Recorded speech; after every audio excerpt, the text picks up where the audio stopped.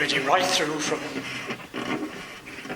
chapter 6 of Esther and ending chapter 7, verse 6.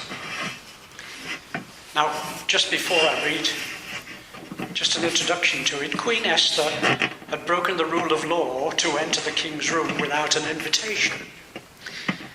Encouraged by her cousin Mordecai, she risked her life to try and find a way to stop the king's highest official, Haman, from exterminating the Jewish people living in the king's empire. The evil Haman enjoys the first feast, arranged by Esther, in the company of just the king and Esther.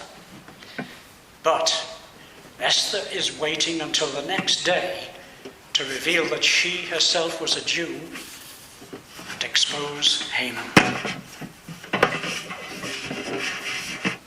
That night, the king could not sleep, and he gave orders to bring the book of records, the annals, and they were read to the king. It was found written how Mordecai had told about Bigthana and Teresh, two of the king's eunuchs, who guarded the threshold and who had conspired to assassinate King Ahasuerus. Then the king said, "What honor or distinction has been bestowed on Mordecai for this?" The king's servants who attended him said, "Nothing has been done for him." The king said, "Who is in the court?"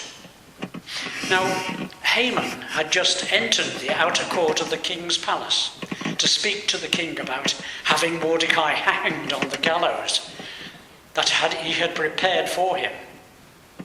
So the king's servants told him, "Haman is here standing in the court." The king said, "Let him come in." So Haman came in, and the king said to him, "What shall be done for the man whom the king wishes to honor?" Haman said to himself, "Whom would the king wish to honor more than me?" So Haman said to the king, "For the man whom the king wishes to honor, let royal robes be brought, which the king has worn, and a horse that the king has ridden, with a royal crown on its head. Let the robes and the horse be handed over to one of the king's most noble officials. Let him robe the man whom the king wishes to honor, and let him conduct the man on horseback through the open square of the city, proclaiming before him, 'Thus shall it be done for the man whom the king wishes to honor.'" Then the king said to Haman, "Quickly, take the robes and the horse as you have said, and do so to the Jew Mordecai, who sits at the king's gate. Leave out nothing that you have mentioned." So Haman took the robes and the horse, and robed Mordecai, and led him riding through the open square of the city, proclaiming, "Thus shall it be done for the man whom the king wishes to honor." Then Mordecai returned to the king's gate. But Haman hurried to his house, mourning and with his head covered. When Haman told his wife Zeresh and all his friends everything that had happened to him, his advisers and his wife Zeresh said to him, "If Mordecai, before whom your downfall has begun, is of the Jewish people, you will not prevail against him, but will surely fall before him." While they were still talking with him, the king's eunuchs arrived and hurried Haman off to the banquet that Esther had prepared. So the king and Haman went in to feast with Queen Esther. On the second day, as they were drinking wine, the king again said to Esther, "What is your petition, Queen Esther? It shall be granted you. And what is your request? Even to the half of my kingdom it shall be fulfilled."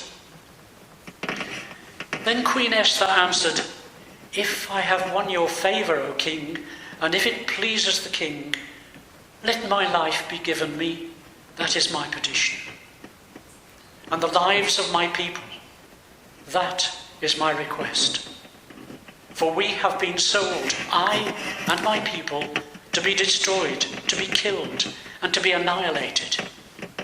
If we had been sold merely as slaves, men and women, I would have held my peace. But no enemy can compensate for this damage to the king. Then King Ahasuerus said to Queen Esther, "Who is he, and where is he who has presumed to do this?" Esther said, "A foe and enemy, this wicked Haman." Then Haman was terrified before the king and the queen.